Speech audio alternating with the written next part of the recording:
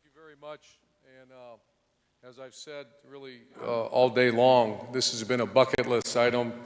And I speak on behalf of our coaching profession that not many people get an opportunity to come visit Grambling.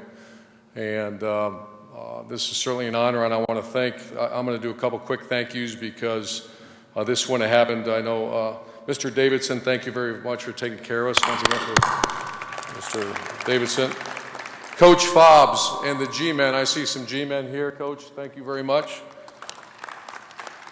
Cherie, where is my girl Cherie at? She's been awesome. Thank you. And Eddie the third, Robinson. John Belton, thank you so much. And the legendary baseball coach, a guy that I've studied a little bit and I got to know a little bit. Coach, thank you very much for being here and all your support. And then finally, Dave Wenham, a friend of mine that was responsible. And the story went like this. He called me up, and at times I get many opportunities and a lot of requests to go speak, and it was about probably a 30-second conversation. They would like to have you come down and speak at the Eddie Robinson Museum celebrating his 100th birthday, and the answer is yes. And let's try to find a way to make that work, and we certainly did, and that's awesome to be here. Also, the Grambling Band at Ohio State. I would imagine Ohio State and Grambling are one of the few universities that share this, and that is that we look at the Ohio State Band like you do the Grambling Band. That's part of the team. And to have them perform out front was a great thrill for me. And I understood that Cherie told me that they performed at the late Coach Rob's funeral as well, so it's been an honor to witness that. However, this thing almost didn't go. And what happened was yesterday I was in Seattle for an event, and then I flew to Chicago. So it's Seattle, Chicago, actually something this morning. And then I go to Midway Airport and go out to the plane, and I start walking towards the plane, and I'm somewhat claustrophobic. And a beautiful plane, it's just not very high. And so my heart starts beating a little bit. I walk in the plane, I sit down for a second, and the pilots are up there starting to get things. They close the door, and little sweat beads start forming on my forehead. The heart starts racing a little bit, and I start punching the pilot or the co-pilot. I said, open the door. And he said, what? He turns around, his headset's on. I said, open the door. And so he turns like something's wrong. And it was something wrong. And I was claustrophobic. So I step out of the plane, take a deep breath, and I start thinking, holy hell, how are we going to do this? There's a lot of folks down there waiting for me. So the pilot's looking at me like I'm out of my mind, which I am. And so I walk out on the tarmac there, take a deep breath. So I'm going to walk inside to the FBO. And I walk in, there's a young lady sitting there, and I said, I don't know if I can do this. And she's looking at me like I'm nuts. And I said, I just don't know if I can get on that plane. She goes, why? Because you can't really stand up in the plane, and for some reason I got an issue with that. So I'm sitting there, and I said, do you have any pills I can take? Not even realize what I'm asking. And thank God she didn't, because this would be a whole nother story if she gave me some pills that I could take. But they gave me some, I think, Benadryl or something like that to calm the nerves a little bit. And thank God she didn't have the Valium or something like that, because you would probably have another speaker here anyways if they gave me Valium. So that didn't work. I got in there, I prayed, I closed my eyes, the plane took off. And I mean, I didn't open my eyes for 15 minutes, and then I finally settled down and made it to beautiful Louisiana. So it almost did happen. I'd like to share with you my journey and then just give you a couple nuggets. I know I talked to the Grambling football team, and that was an awesome 10, 15 minutes. And let me start one thing before we get going about the love of this great game that I played and my son played. And I was forced with a decision. Not many people, I imagine, that I know Bert Jones is here, but I played the game. I listened to Coach Rob at the College Football Hall of Fame in South Bend, Indiana, probably 5 times a year. I would go down and listen to his speeches. I've read his material. I know the value of this great game. It's the greatest team sport of all due respect to all other sports. And my son was going to make a decision to play football. And my wife looked at me and said, I don't know if he should, with all the safety issues that were being presented, and so we had that conversation. My knees started to buckle, and she said, I'm not sure I want to have our son play because I know what the game teaches you. And so I convinced her, and I actually helped start a program we were down in Gainesville, Florida at the time. And I'll never forget, here's my son. I was out there, and I told people I was the consulting coach, so I sat in the back of the defense. He was a safety. We played a one-high defense, and he was the free safety, and I would coach him on direct angles, inside angles on the defensive players. It was the worst football I've ever seen in my entire life. 7th grade football. Just started a program. And I remember I'd go home and Shelly, Nate would look at me and say, how'd it go? I said, oh, it was great. And I was thinking, this is awful. This is as bad as I've ever seen. But here's what happened. And it's not just football, all sports. You work at something, you get better. I come back a couple weeks later, it's getting better. And I'm sitting there, now we're in full pads, and the game of football teaches you this. And I say this with so much respect for the guys that play the game. That so often in life you get hit right square in the mouth. The game of football teaches you got two choices. You stay down or you get up. There's no gray area. And so here's my son, a 7th grader, little guy. He was littler than most people. And sure enough, I'm standing back there. He steps up. The line opens up a hole. Running back hits it. He comes up. It's one of those business decisions I hear players make. He has to make a business decision. What's he going to do? He goes and he throws it into the guy. Throws it right into this big running back. Running back doesn't even break stride, runs over him, and goes on and scores. Runs right by me. And I looked at my son, and he's laying on the ground. And he's got some tears in his eyes, and he looks at me, and I said, get up. Get up. And guess what he did? He got up. And he shook the tears off, and he kept going, kept going. Proud to say, a couple weeks later, same type of scenario happens, and he throws it in there again. He hits the kid. He learns how to make a tackle. And I to this day, my son's having a great, he's a baseball player now at the University of Cincinnati. The life lessons that football teach you is priceless. And so I say that with great reverence and respect to the men who play this great game, and I'm staring at you, a lot of you right now. I salute you to keep doing it. And what I shared with you today, I get a little defensive because those who have never played or coached, I'm not sure how deep you really can understand what these guys go through. And the training camp, off-season training and preparation, so once again, with great respect. So I want to tell you a little bit about my background and then give you a quick nugget, and then I'll let you go about your night. So I started my career at Ohio State University as a graduate student, and I have a master's degree and then went on a journey. I went to Illinois State University for $6,000 a year, lived in the back of my car, slept in the office, would go out, get a golf shirt, pair of shorts, go into work all day, go back to sleep on the couch, and that was a rotation for about a year. Second year, I got a little bit of a promotion, and then I got a chance to go big time. I got the call to go to Colorado State University as wide receiver coach. That first big time opportunity.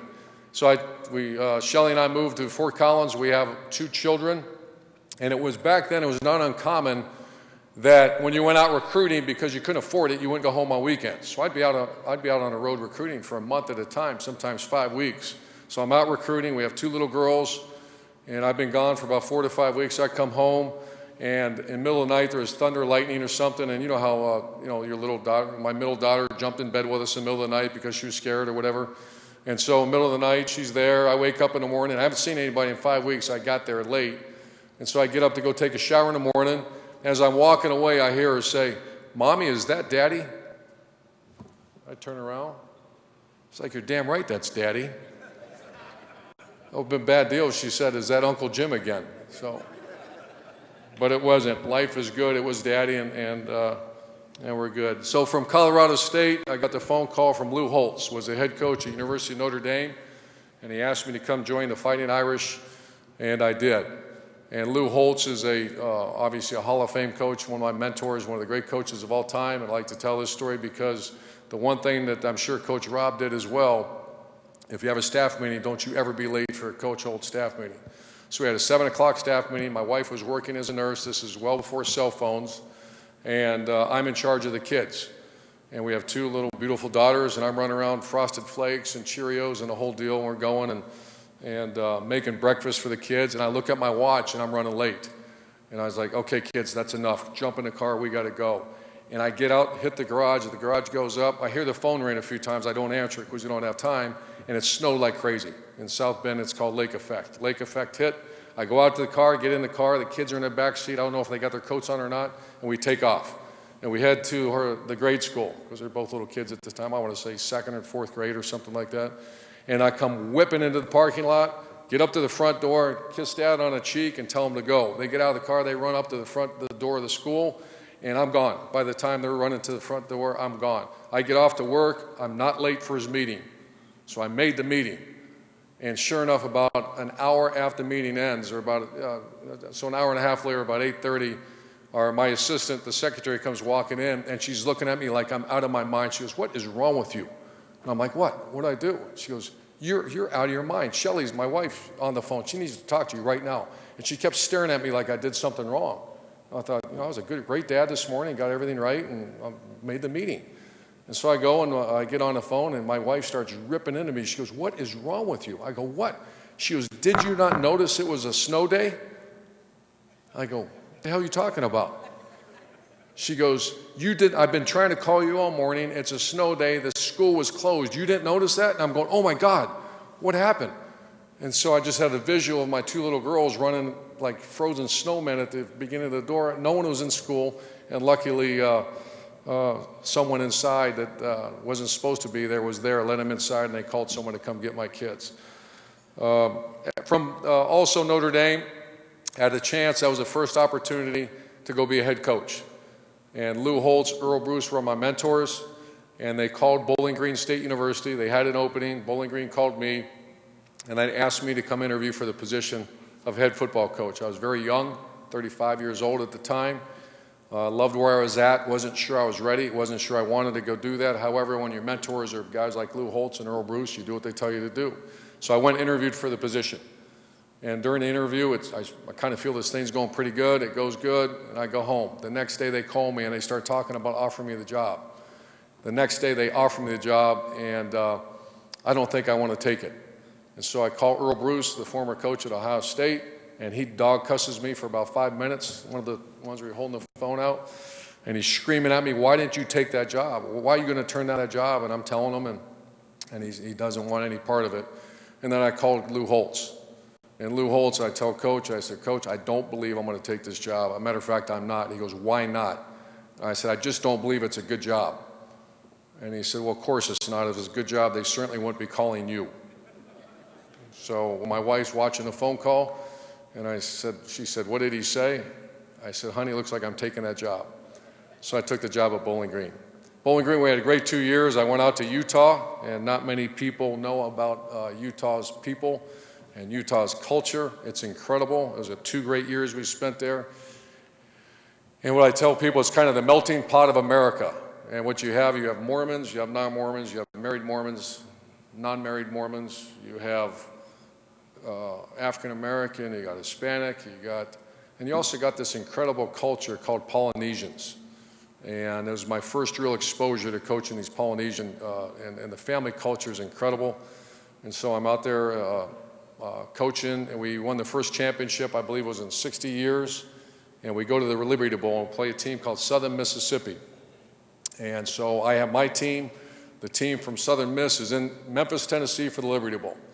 And here I got these Polynesian kids, and I mean, that was kind of our niche. 1/4 of our team were Polynesian players, and they're big, big, thick dudes, like freaks of nature big. And it was not uncommon to have a 6'2", 340-pound, defensive end, and just giant players. And we had a great team, and that was a big part of it. So I'm at the kickoff party, and I'm sitting with one of the Southern Miss players, and just from his comments, I can tell there's not many Polynesian players in Hattiesburg, Mississippi. And so one by one, our players are going by him, one by one with the dark hair, dark eyes, dark skin, and I mean giant men walking by. And he's looking at me in his hard Southern accent. He was a linebacker for him, great player. And we're talking, and one by one they're going by, and he looks at me and goes, "Coach, I have never seen so many big Puerto Ricans in my entire life." And I spit Coca-Cola over the place, and I look, and I said, no, they're Polynesians. And he looked at me even more confused. I said, Tongan, Samoan? And I said, "You know what? Those are some big-ass Puerto Ricans we have on our team." Didn't want to confuse them anymore. And then from Utah, we went to University of Florida, had a great run, 2 national titles. And then I like to tell people we went to my home. I'm from the state of Ohio. Played high school football there, college football. And one of the great thrills of coaching in a state like that, a lot like the proud state of Louisiana, is the high school coaches it's such a great group of coaches, and I wanted to really do them right. I couldn't wait to speak to them in front of the coaches convention with about 3,000 people there, and I had to be on at 9 o'clock. So I pull up there, And I have so many friends. It's my first opportunity. I just get hired at Ohio State. I'm trying to make my way through to go speak to this group, and I had some guy helping me get through the crowd. Kept getting stopped. Finally, I got stopped too many times. I'm looking at my watch. I'm on in like 2 minutes, and I'm not going to be late to speak to our group of coaches, the Ohio high school coaches. And I come walking up to the side door. I finally just broke away and started walking real fast. As I come up to the door, a young lady stops me, and I try to get by her, and she stops me again. She goes, "You need a lanyard before you go in there." I said, "Listen, I'm speaking here, now it's about 30 seconds. I have to go." And I try to walk by her again. She stops me again. I said, "Listen, I'm the head coach at Ohio State." She steps back, she looks me up and down. She goes, "No, you're not. No, you're not." So I made back. That year we went 12-0. And I made sure I found her the next year. And I'm walking to, and she certainly, "Come on in, coach, you deserve to go in now." So that's how hard Ohio State is. And then the final story is that we won the national title, which I'm going to talk about here in a minute, 2014. And it's a surreal moment. My wife's from Ohio, I'm from Ohio. And we win the game. We go win the Big Ten championship. We beat Alabama in the Sugar Bowl. And then we go beat Oregon in the national championship, the first one, the college football playoff in 2014. A surreal moment you get to share with your spouse as you're driving. We're driving home. And I looked at Shelley and I said, "In your wildest dreams, honey, did you ever imagine that we'd be able to come back to the state of Ohio, win the championship like we did, go beat Alabama in the Sugar Bowl, and then take home the national championship to our home state? In your wildest dreams, honey, did you ever think we'd be able to do that?" And she looked right at me and she goes, "I don't know, but you're never in my wildest dreams." So that's a joke. I don't need that anywhere on Twitter. So here's what your coach is faced with. Here's what coaches are faced with, and I just want to share with you a couple of stories and about our national championship year. And what I do all summer long is, and I've learned just through 17 years as a head coach, is that one of the most important things a coach can do is the motivation and inspiration of your team. And what you ask people to do, I relate it to the United States military. I'm one of the biggest fans. Everything in our program, at some point, I've stolen from the United States military, the men and women who serve, and I would never equate what football coaches do. However, why not learn from the greatest of all? That's our military people. How do you motivate people to do the unthinkable, some very difficult things? And we're asking, once again, I'm looking at the football players in front of me, a lot of them. What these players are asked to do is most humans will never be put in these situations. I mean, hard, nasty stuff. And so the job of a head football coach, not just to call plays or create offensive, systems or design special teams, it's how do you motivate a team to do the unthinkable, to do the incredible. And at a place like Ohio State, there's really one thing you can do, and that's win a national title, and really everything else is just okay. And so all summer long, I would think about how do you take this incredibly group of talented players, which a lot of schools have, and how do you get them to put everything else aside in the greatest team sport of all and do the unthinkable, and that's win a title and be the best team in America. And so as I was getting ready to go for that season, I just kept thinking about using the term solve the mystery. And the mystery is this. So we want just to refresh your memory. I'm sure some of you don't even recall. But in 2014, we had a starting quarterback by the name of Braxton Miller. And he was a two-time Big Ten Player of the Year, a great football player, a Heisman candidate, as good as there is. And the year before, he got hurt in the Orange Bowl, hurt his shoulder, rehabbed it, had surgery, and we thought he was ready to go. 7 days before our first game, August 2014, I'm standing right behind my quarterback, Big Ten Player of the Year, Heisman candidate. He throws a ball to his left, 7-yard pass. His arm comes out of his shoulder. He rolls on the ground. He's curled up. He's like my son, so you can imagine the feeling, and that's the worst part of this darn game is dealing with injuries. And I look down at him, and first of all, I know he's hurt, so once I see we get that stabilized, then my mind went to something else, and that's our team. We don't have a backup quarterback that took one snap. We don't have anything. It's a next man up mentality. And so the young man's name was J.T. Barrett. And J.T. Barrett instantaneously, within 2 minutes, became the starting quarterback at Ohio State. Never played a snap, was coming off an ACL injury from high school, and up to that point was just a pretty good player. And I remember going home and talking to my wife again and saying, get ready, babe. This, I think, will be good down the road, but we're getting ready for this might be one of those 7-5, 8-4. You know, this is going to be a tough one now. And Columbus, Ohio don't accept that. So we need to hang in there for this one because this might be a rugged year. And so fast forward a little bit, we play Navy, we win. We lose the second game of the year to Virginia Tech, unranked Virginia Tech. They played us well. We lose the game.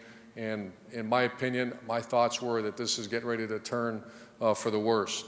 We find a way to keep going, keep going, keep going. We get better and better. And all that kept coming to my mind is solve the mystery, which I'm going to get to in a minute. So we keep going, start winning games. Our J.T. Barrett, he breaks Drew Brees' record for touchdowns. He does all kinds of great things that year. And we get to our rivalry game against the team up north. And here's our redshirt freshman quarterback that's playing great. Our team's playing pretty darn good. Some guy by the name of Zeke Elliott's really starting to play well for us. You have a guy by the name of Joey Bosa that's really starting to dominate the game. We had great players all over the field that were starting to really grow up. Mike Thomas and the secondary were all great players. And sure enough, in the third quarter against our rival, J.T. Barrett breaks his leg. And the end of it, we're up by I want to say 3 points. And J.T. Barrett's one of those players that when you saw him go on the ground, something was seriously, seriously wrong because a player like that is going to get up. It doesn't matter if he's hurt or not. And I knew something was serious. I go out to see. The trainer tells me that he broke his leg. In walks a guy by the name of Cardell Jones, who I love to death. And he became the starting quarterback instantaneously. So the third string quarterback is now the starting quarterback at Ohio State University, who's ranked, I want to say, probably 5th in the country at this time.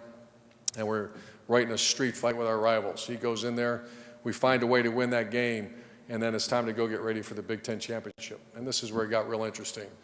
So our team went through so much adversity that year. And all I kept thinking about is solving the mystery. And here's what I want to share with you. And I want everybody to think about this as you adjourn tonight and you go about your way. Solving the mystery is this to me, is that you want to be a great husband. You want to be a great husband, you put your wife before you. So solving the mystery is putting something ahead of what you want, about putting something ahead of you, which we're all humans. That's very hard for us to do. Want to be a great husband? What do? Put your wife before you. Want to be a great parent? You put your children before you. I'm going to say that again. You want to be a great husband? You put your wife before you. You want to be a great parent? You put your children before you. You want to be a great teammate? Put your teammates before you.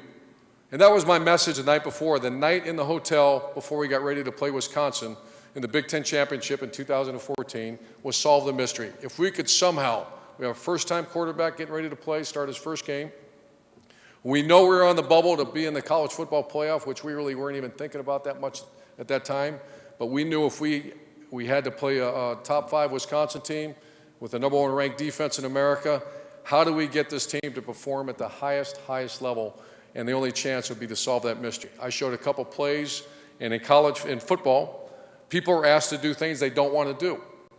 I can see players on your team, coach, you're going to ask them to do, when you come to Grambling, you want to be the star tailback, you want to be the pass rusher, you want to be the great linebacker. How many people want to be the left tackle on kickoff return? How many people want to be that gunner out on punt and do something that maybe you can't stand to do? However, you understand that for us to win that game, you have to do that. And I'm talking about exceptional teams. This is not a conversation about a good team. There's plenty of good teams. If our team could somehow figure out how to solve the mystery, I knew we had a talented team, but how could we find a way to beat Wisconsin and push our way into the playoff with a first game starting quarterback, and then also a team that's getting ready, hopefully, to make history. And the speech was about that. And I showed great video clips, not of Zeke Elliott running for touchdowns, because everybody wants to do that. Not of Joey Bosa sacking a quarterback. Everybody wants to do that. I showed people doing the selfless things in the game of football that's going to be the difference between winning and losing. And those are plays like special teams plays, gunners on punt team, right tackles on kickoff return, the number 3 or 4 guy, the miserable, hard, difficult jobs that you have to do to be great at the game. And our message was very clear that day. Solve the mystery, and we'll find a way to go win. The story turns out very good. Cardell Jones makes his first start. And the other part of the story is this. Cardell Jones now became the starting quarterback at Ohio State And no disrespect to any other sport, but that position is most difficult, one of the most difficult sports positions in all the sports. You not only have to know what all 10 other players are doing, you have to know the protection, you have to know the routes, you have to know exactly what the defense is doing. You have 6'4", 260-pound men trying to tear your head off as you're coming at you, and you have to make decisions in a 1.9 to 2.2 seconds. Cardale Jones is making his first start at Ohio State. He goes out there and the entire game plan is to play outside the hashes. So football people understand this. When you play, you don't have to be rocket science. If you play the game inside the hashes, the quarterback throws a bad ball, it gets tipped, what happens? You get an interception, you can lose a game. So we wanted, the entire passing game was to be played outside the hash marks. And so that was the game plan. First series, we go down and score. He takes an outside shot, we score. Second series, he goes down and he throws the ball where he was not supposed to throw it, down the middle of the field. It almost gets intercepted. I'm ready to go dive into him as he's coming off the field. I'm going to go get him. And he's coming over to me. He says, "Coach, I got you. That was my fault. This is a great message for leaders of your team." And I said, "What did you say, Cardale?" He said, "Coach, that was my fault. I won't do it again." And I grabbed him by the shirt and I said, "Come with me. Tell your offensive line that. Tell you this is the first opportunity you have to go lead your team. They're looking at you. They need you right now. Go down." And I listened to him tell the team, or tell the offensive line and the running backs and receivers. He started telling the players, saying, "Guys, that was my fault." I watched the look in their eye. I watched the way they responded to him. And obviously that was a great moment. We went on to win that game. Dominated 59-0. The college football playoff picks us. We go in and we get ready to go play Alabama for the Sugar Bowl championship. We win that and then go on and play Oregon for the national title. I wanted to share that with you. And the last thing I'm going to do, I want to reiterate this to the football players in front of me and really to all of us. And a lot of things in the news nowadays. There's that thing about the SAT stuff going on, and you know, I've noticed as I've gone along my journey throughout the last 3+ decades coaching the sport, how people change, how people are measuring success.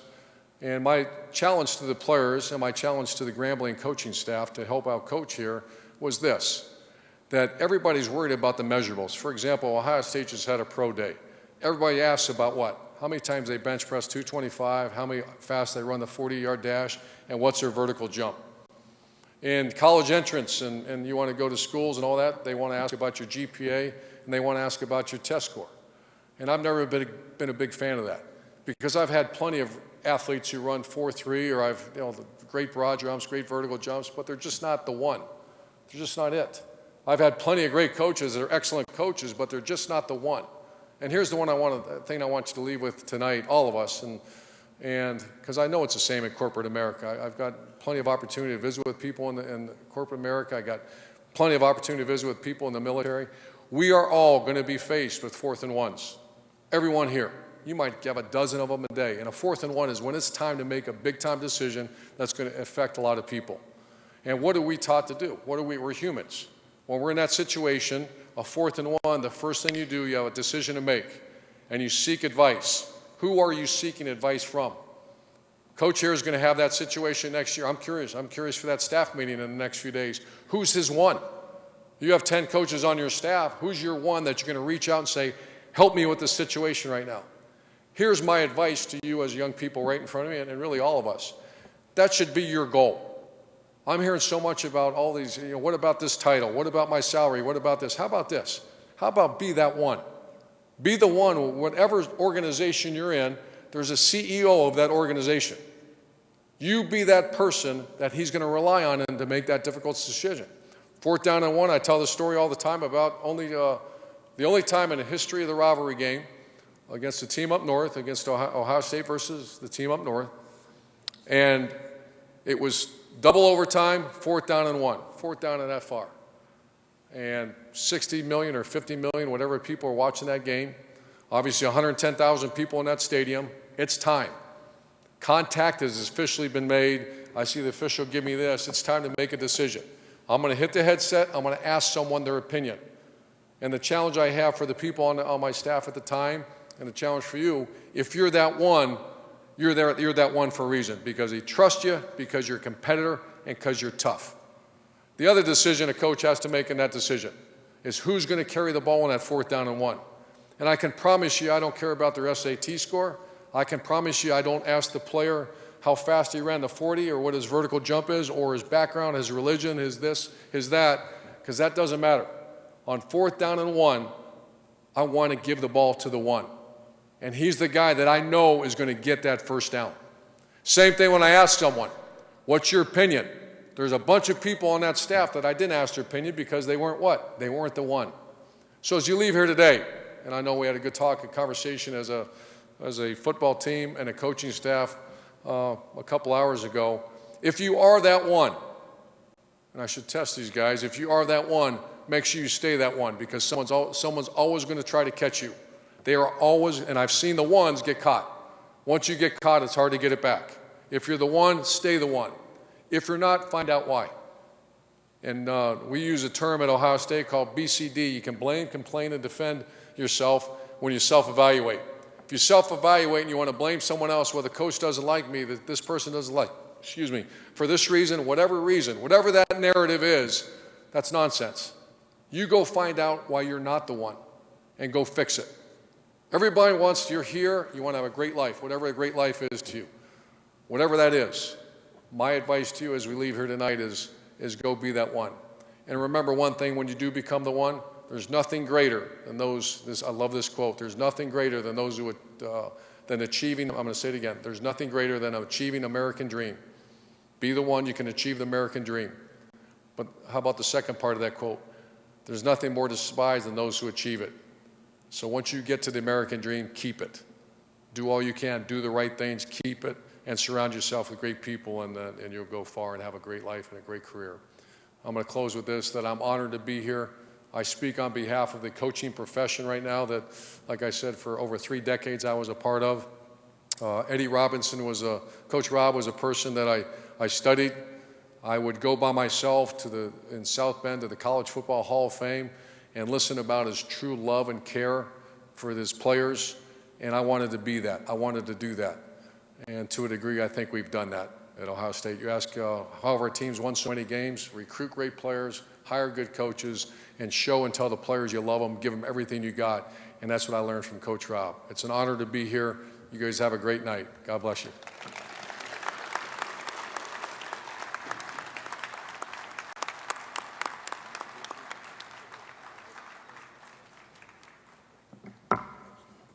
Thank you, Coach. Next up, Mr. Eddie Robinson III wants to present the Legacy Keepers Award.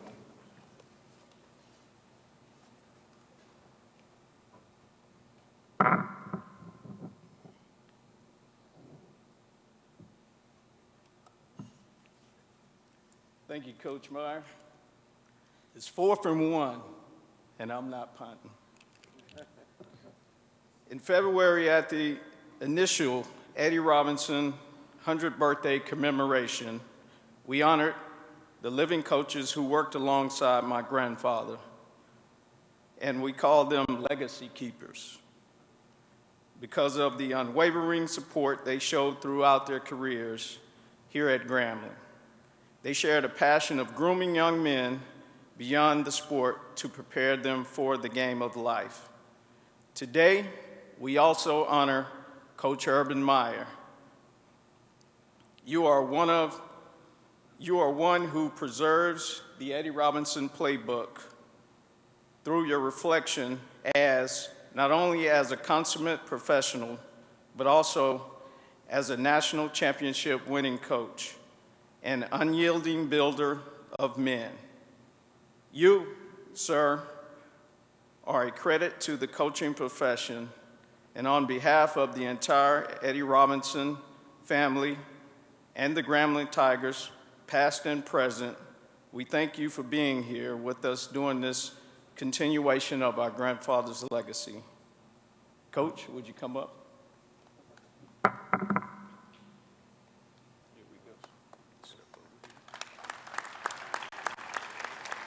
And thank you once again, and once again I speak on behalf of my colleagues in the coaching profession that the coaching profession is stronger and the legacy lives with Coach Rob. So thank you very much.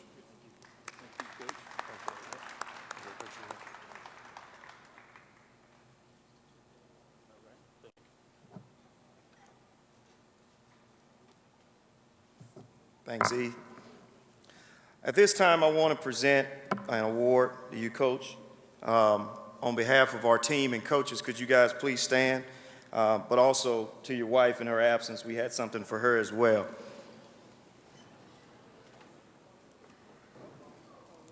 It's truly an honor and a privilege to have you here.